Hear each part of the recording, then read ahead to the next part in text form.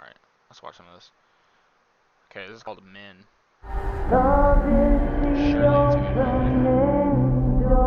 I love this guy, by Hey, the how's it way. going, y'all? Welcome to Found Flicks. On this Ending Explained, we're looking at Men. Which, by the way, did you know that men suck? Yep, newsflash, I a-holes. In the knew it. latest from Alex Garland, a woman retreats to the countryside to be alone in the wake of a tragedy. But the vacation turns into a full-fledged nightmare when she encounters the town's eerily similar men, and her arrival awakens something primal in the forest. So far, of the movies that Alex Garland has directed, they fit mostly into the science fiction genre, but with Men, his latest, he dips his toe into Okay, a just wanna much make sure more it's not fucking horror-centric Frozen. tale. Now, it's not really a traditional horror movie, as his movies are also very arty and weird, and this might be his weirdest one Whoa, yet. what's up, There's a Gio? consistent sense of unease that permeates the story, but of course nothing is more bizarre than her discovering that every man and town, and even a boy in A Nightmare of the Uncanny Valley, all share the same face. What the It's just fuck? really weird. Yes, the it's meant to customs? represent in a way. Bro, I tried to do Customs Friday. Or I almost did Customs Friday. I started Customs. No one showed up, so we canceled them. I do Customs every fucking Friday. They are on Friday. Why? Don't bug me about fucking Customs if it's not Friday, because it's not Friday right now. We're reacting to stuff. That's what we're doing right now. We're not doing Customs. But failed. Shut up. Way that all men are the same. I'm annoyed with everyone keep asking me because you were switching. Yeah.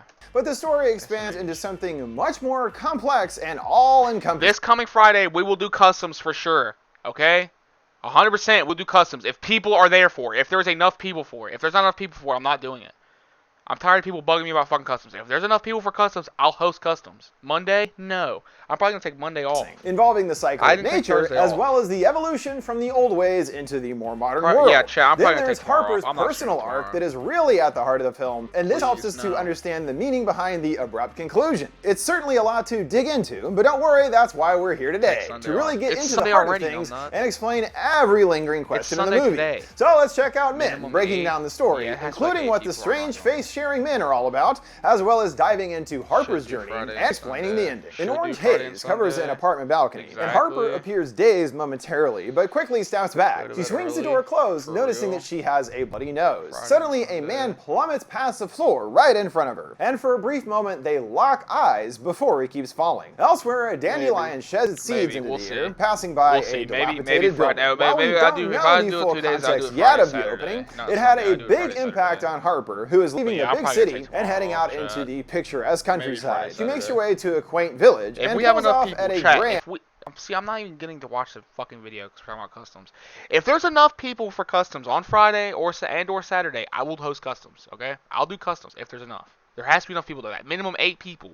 If there's at least 8 people, I'll do them.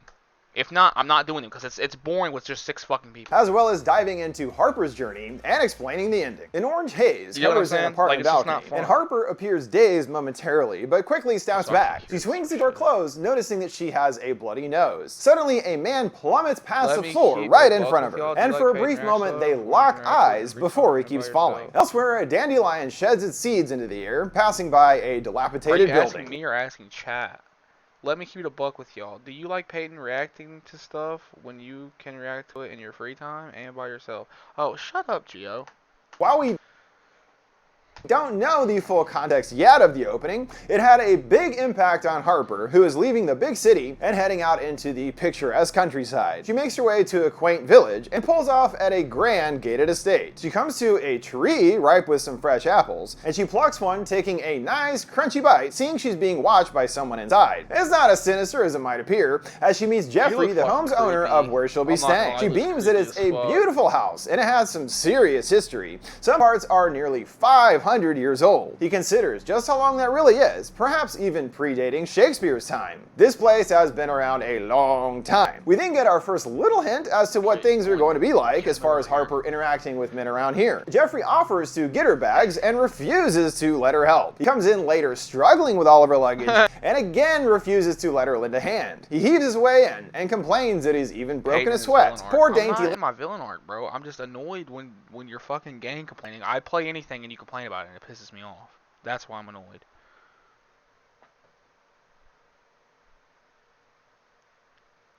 Jesus Christ. Are we really talking about this in the fucking Discord right now?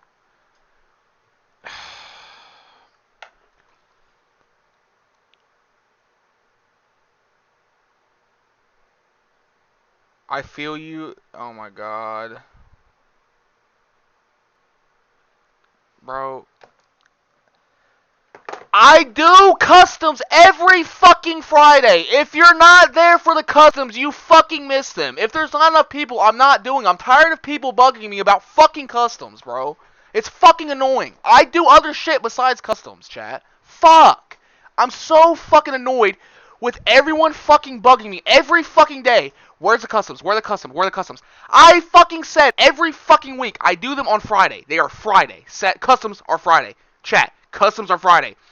Friday comes, I start customs, no one's fucking there. Peyton's changed to getting a laptop. No, I'm doing what I want to do with my stream. This is literally all I've been trying to do for the past 4 months of me streaming. Is just to be able to watch it on stream with you guys and enjoy the content. But everyone is just bugging me and bugging me and bugging me and bugging me and bugging me. Where's customs? Where's customs? Where's customs? I want to be able to play shit other than Fortnite, chat. Please. Customs are Friday. If you're not there for customs, you're not there for fucking customs. I'm sorry. I'm not doing them outside of Friday and maybe Saturday. I might start doing them Saturday. Maybe. Maybe I'll move them to fucking Saturday. I don't know. But please, for the love of fucking God, stop asking me about customs. I'm fucking sick of answering it. It's Fridays. They're Fridays. Stop asking me to do fucking customs every other day of the week when there's a designated day for customs. Please. It's annoying. I want to react to shit and watch shit and have a good time with you guys. But you are not letting me do that. It's pissing me off. Thank you. Lady can't possibly carry her own stuff, and yet we also see that he struggles to do so, proving that basic old-fashioned depiction of masculinity. Get used to it. He notices the half-eaten apple and chides her for eating it, referring to it as forbidden fruit, giving us heavy Garden of Eden vibes. Yeah, he was just joking, and invites her on a tour of the estate. While Jeffrey does come across as generally good-natured, he makes comments that can't help but offend. He inquires where her hubby is, as she booked under Mrs. Marlowe. She corrects that she isn't married anymore, but she hasn't changed her name yet, leaving Jeffrey suitably embarrassed at the mistake. He hands her the large key to the house, but tells her she probably won't even need it. No one locks their doors around here. If she needs him, he informs her that he's just down the lane. She calls her friend Riley to gush about her dream country house, and her pal wants to see more, but she sighs that she just got done doing a tour with Jeffrey. She describes him as a very specific type, very country. She brings up him asking about James, her ex-husband, but she didn't tell him anything beyond implying they were divorced. Riley begins to speak, but Harper already knows what she's gonna say. This kind of thing is going to happen again and again. Maybe even for the rest of her life, she's gonna have to get used to it. Suddenly the video... He said, can you do customs, please? Timeout Geo 99999. Custom. No. You guys are funny, though. Okay, give me a second. I need to... my mouth is so fucking dry, and I don't think I have anything to drink. I'm literally completely out of drinks. Yep, I'm fucked. Ah! Okay. Give me a second. I'm gonna run an ad, chat. I'll be right back. Please watch the ads. Don't fucking close the stream. I can't run an ad. Okay, well, chat. I'll be right back. Hey, yo. / timeout Geo forever. Stop dick riding. Good one. He's not dick riding. My mouth is dry. Yeah, it is dry. I need something to put in my mouth. Whoa! I'll be right back.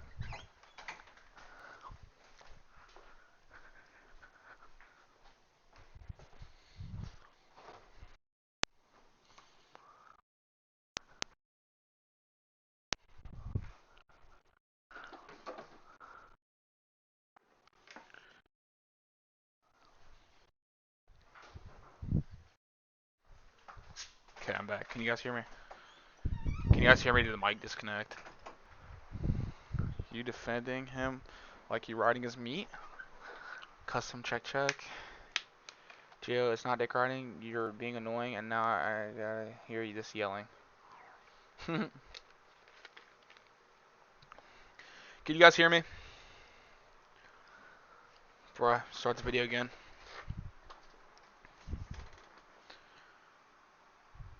Is the mic working? Okay, I can just check because you guys are, it's like a delay. Yes? Okay. Okay, let's get back into the video. Video glitches to what looks like Riley screaming in horror, which then reverts back to normal. They hang up, and left alone, Harper starts to remember James falling and her screaming helplessly inside. More memories flood in that give us more context to the end of their relationship. James sternly says that he won't allow her to divorce him, but does understand why she would want to after his behavior for the past year. We never find out what James is going through, but it has completely torn apart their relationship by now. He attempts to rope Harper into a classic guilt trip. Next person to say the word custom is getting timed out.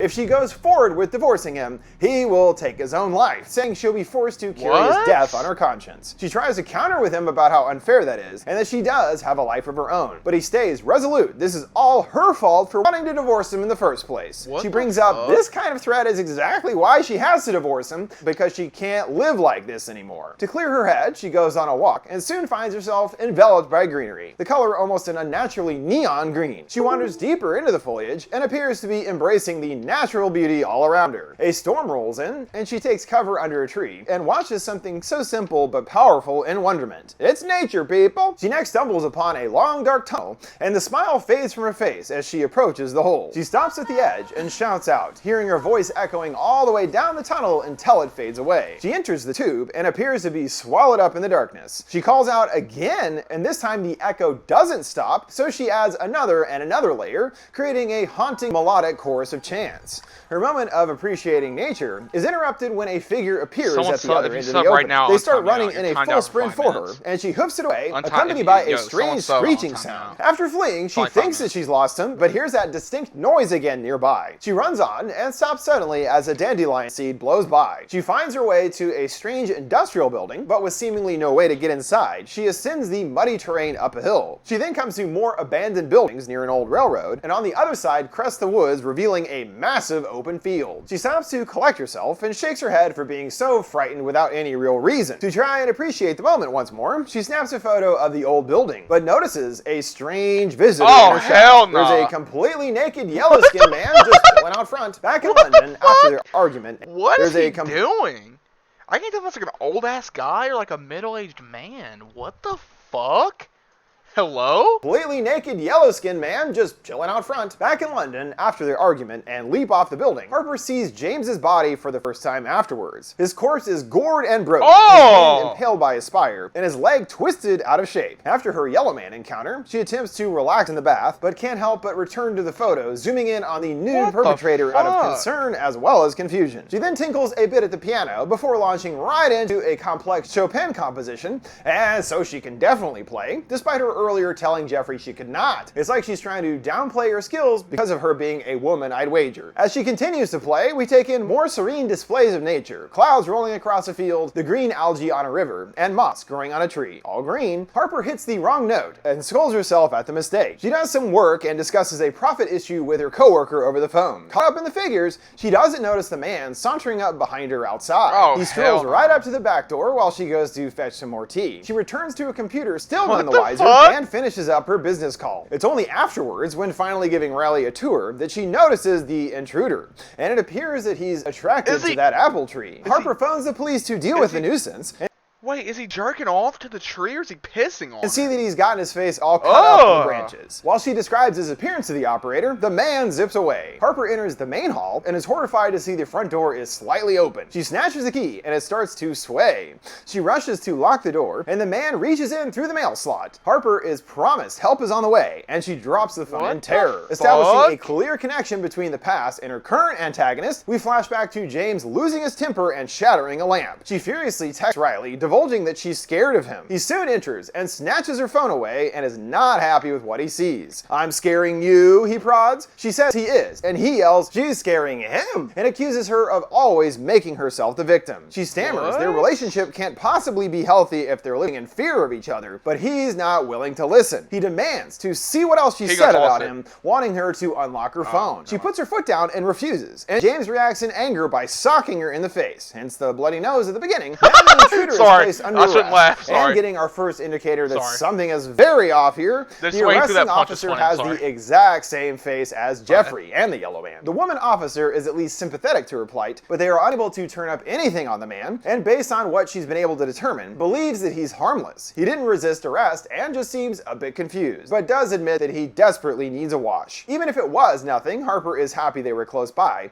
assuming it would be quite difficult to get their help out here in the sticks. She updates Riley on the Yellow Man related shenanigans, and she wants to come up to visit. Harper stays strong in her intentions for her coming out here. She didn't come out here to be afraid. That posture. Look at that posture, bro. Holy fuck? She dismisses the guy as just some weirdo. They got him anyway, so that's the end of the story. Not so much. She explores the nearby village and starts with a quite lovely old and also completely empty church. At the forefront is what looks like a pulpit, and on one side is a carving of the Green Man of mythology, not to be confused with the Green Knight. The Green Man is a legendary pre-Christianity being interpreted as a symbol of rebirth, representing the cycle of new growth that occurs every spring. And on the other side, there's a woman flashing her lady bits. She is Sheila Na Gig, another symbol of uncertain origins, but is theorized to be used to keep away demons. She could also be considered a pre-Christian fertility or mother goddess. The dynamic and duology between these two is clear. Harper takes a seat in the pews and stares off into space. She thinks back to right after the fight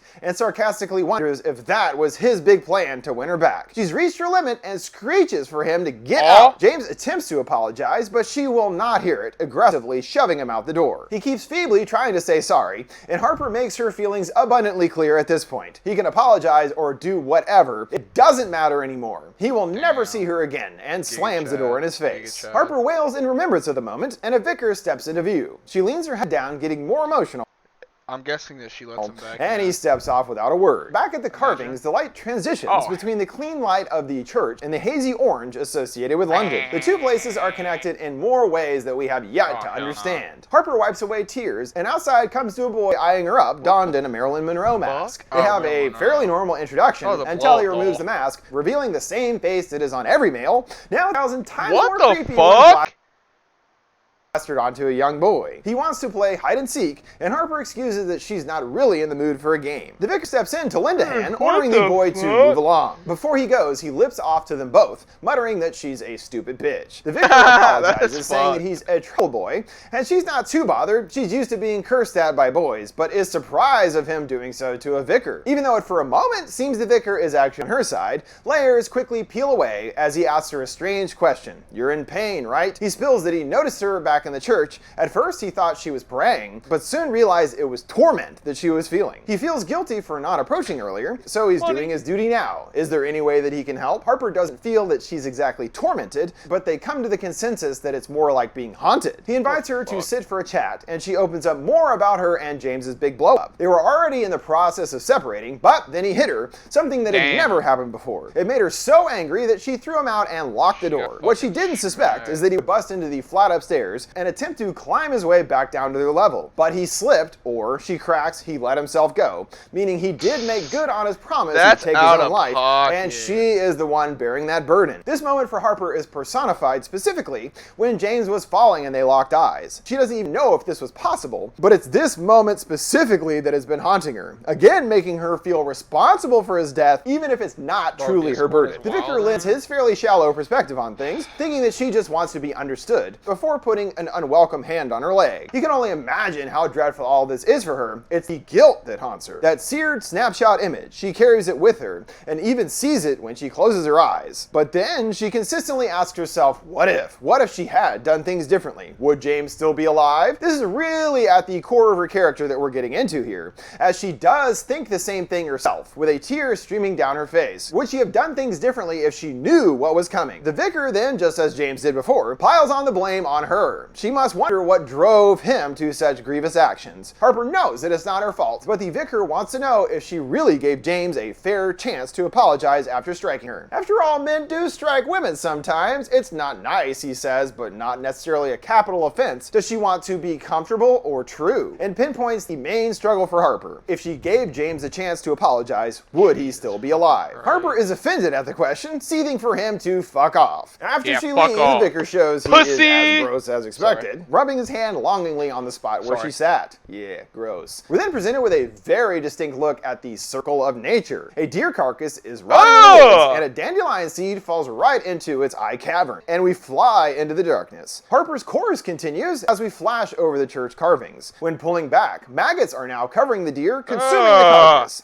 They eat it, the carcass then becomes one with the earth, and it starts all over again. Circle of life. The yellow man appears to be taking a page out of the Green insane man's book as he cuts a slice into his forehead and jams a leaf into the wound. Down at the local bar, Jeffrey is struggling his way through a crossword puzzle, and Harper strolls in, taking in that literally every patron shares the same face. Same for the bartender too, and when ordering a drink, Jeff is adamant that he pay for it. He mentions having seen her at the church and also at the old rail line, which is odd because we never actually saw him there. This implies that in a way, all of these iterations of the man are one and the same. The cop comes in hoping that she's okay now, and he explains to Jeff what happened, which he implies is some kind of torrid love affair. Harper is insistent that that is not the case, and Jeff is once more apologetic for his misguided words. The cop then reveals they had to let the yellow man go, as there was not much to hold him on. Harper is dumbfounded. He was stalking her. I mean, How long are you gonna go for? I'm not sure why. You know? The cop counters, you saw him, perhaps he didn't even see you once. She gets assertive. He did try to break into her house, and he shrugs that if she sees him again, to give them a shout. So she leaves in an exasperated huff, groaning that they are all wankers. She walks the empty, dark streets and is stopped by a distant scream. She turns back to the local graveyard and quickens her pace. Behind a tree, the yellow man emerges, watching her inquisitively. She rushes home and locks up, frantically calling Riley with the latest news. Everything from the bratty boy at the church, the vicar who blamed her for James's death,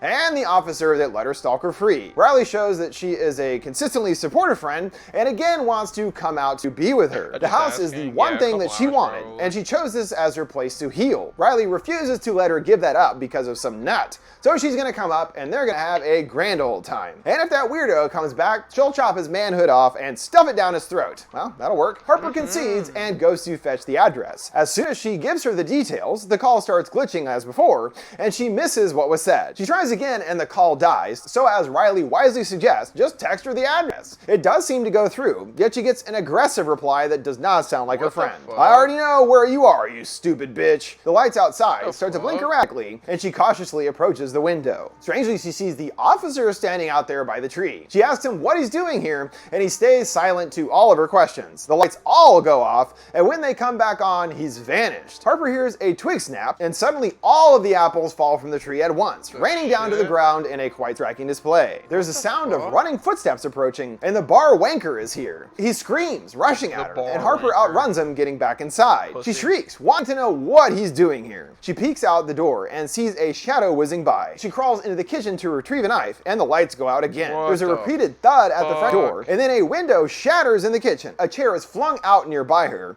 and she hears footsteps crunching on the glass. She backs out of the room and barks to the door, threatening if they come in, they're gonna meet her new friend, Mr. Knifey. It's Jeff that opens the door, wondering what in the world is going on here. And she still thinks she can trust this guy for some reason. Harper explains that someone was trying to break in, and he discovers an injured crow in the kitchen, which appears to be what broke the window. He coos to it, you poor thing, and snaps its neck. Excusing that it had a broken wing, there was nothing to be done. In spite of the crow taking the blame, Harper is adamant that two men were here trying to break into her house. He appears sympathetic and understanding, saying that she does not strike him as a liar, and that this has already happened before. He puffs that as a landlord, it now falls to him to have a good look around and clear things up. She begs him to not go outside, and he brushes off her concern. Nonsense! She's a damsel in distress, and he's just the fellow for this job. Yeah, okay, wow. He steps outside, and the lights cut out once again. Jeff waves his arms to reactivate them, and gives a confident double thumbs up that the coast is clear. He gives a windbag threat to any potential lurking intruders. Whoever is out there, what they've done does not sit well with me here. Yeah, big man around here, huh? The lights blink, and he too vanishes like all the others. The yellow man is back in his place and starts hobbling towards Harper. We also notice he now has several needles jammed into his body. He takes a big breath and unleashes a handful of dandelion seeds at her. As they get closer, Harper leans her head back and holds out her arms. She sucks one into her open mouth, and we are bombarded with several flashes. She's seen screaming under the water in London, and then back at the window, but now accompanied by the seeds. The carvings are highlighted, the light continuing to dance over each. Then she's in a room bathed in red light with the carving in there with her, and then seen running in the woods. She dreamily walks back inside and closes the door, and the yellow man is back. He reaches his arm through the mail slot towards her. She tentatively takes his hand, and he tugs at her, Harper screaming in terror. She lifts the knife and jams it right through his arm, like all the way through. As he pulls it back, it drags the blade through his skin and completely splits his entire arm in half, which is pretty grody. Now a word from our sponsor for today's video. I bought 5. Yo, I bought 6 of these. They're really and cool. all these guys room the Audible by going to audible.com/prophecy now. Following screeching in another room, the creepy boy has returned, and his arm is all messed up as well. Now we know for sure that all these guys are indeed one and the same. He shows off his dangling arm and moans that she really hurt him. She tells him to stay away, and the boy complains that she's mean. She wouldn't even play hide and seek with him, but he believes that she will now. Harper growls that she will cut him, but the boy continues to approach as he doesn't think that she'll really do it. She does cower back from harming him and slams the door behind her. The boy is happy that she is playing the game, and she starts to count to 10. Just as she reaches 10, the front door is kicked wide open by the bar wanker who chases her into another room. She waits breathlessly staring at the door, and the handle jiggles. It's the vicar now who sighs as he enters. We now really start to understand the bigger ideas of play here. I don't. It's pretty clear that Jeff, or the man, is a stand-in for mankind as a whole, and he then recites a telling quote. A shudder in the loins engenders there the broken wall, the burning roof and tower, and Agamemnon dead. I can understand being like, what the heck does that mean? Because I asked myself the very same thing. But it's the poet Yeats that he's quoting, and the story has surprising relevance to our own. It's all about a woman being taken by the god Zeus, but in swan form. And this connection is confirmed by the vicar.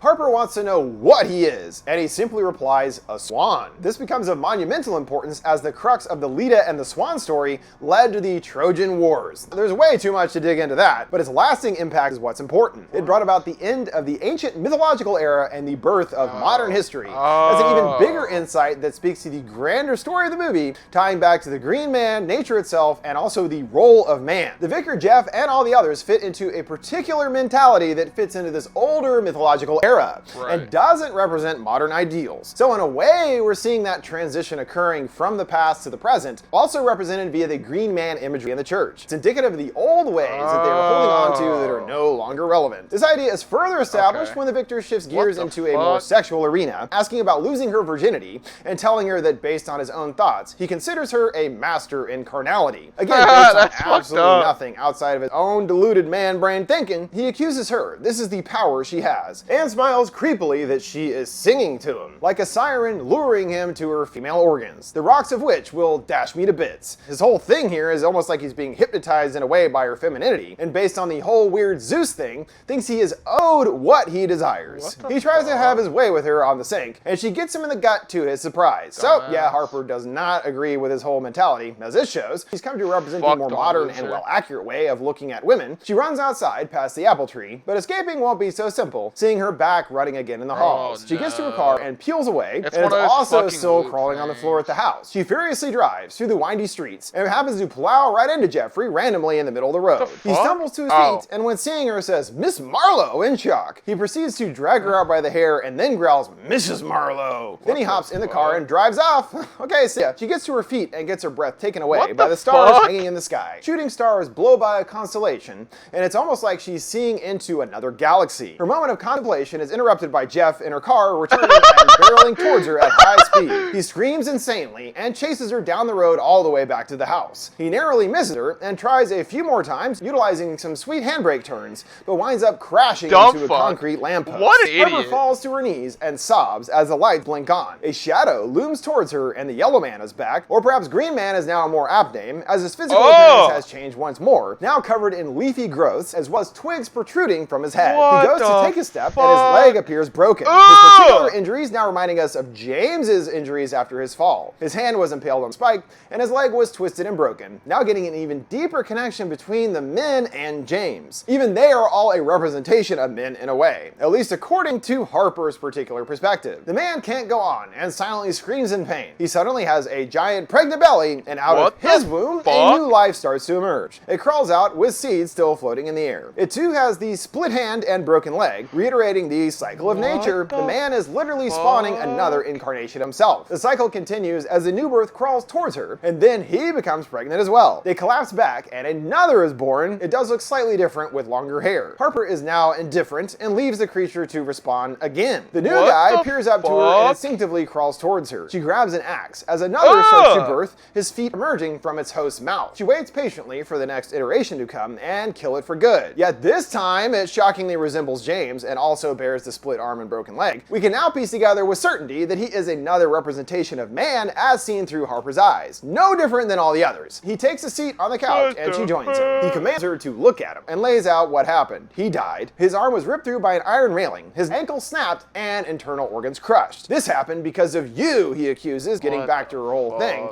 And she just wants to know what it is he wants exactly. He tells her love, to which she scoffs in response. She sighs, yeah, and rubs the edge of the axe's blade. Another car pulls into the estate. Seeing Harper's wrecked car is still there, even though we can't trust reality, Riley steps out and tries to comprehend the scene, noticing a stream of blood leading inside. She spots Harper on some stairs nearby and sees that Riley is pregnant. Harper is preoccupied with twirling a leaf until smiling at the sight of her friend. So what the heck does it all mean? Well, it certainly is open to interpretation, as there is a whole bunch of different stuff at play in the story.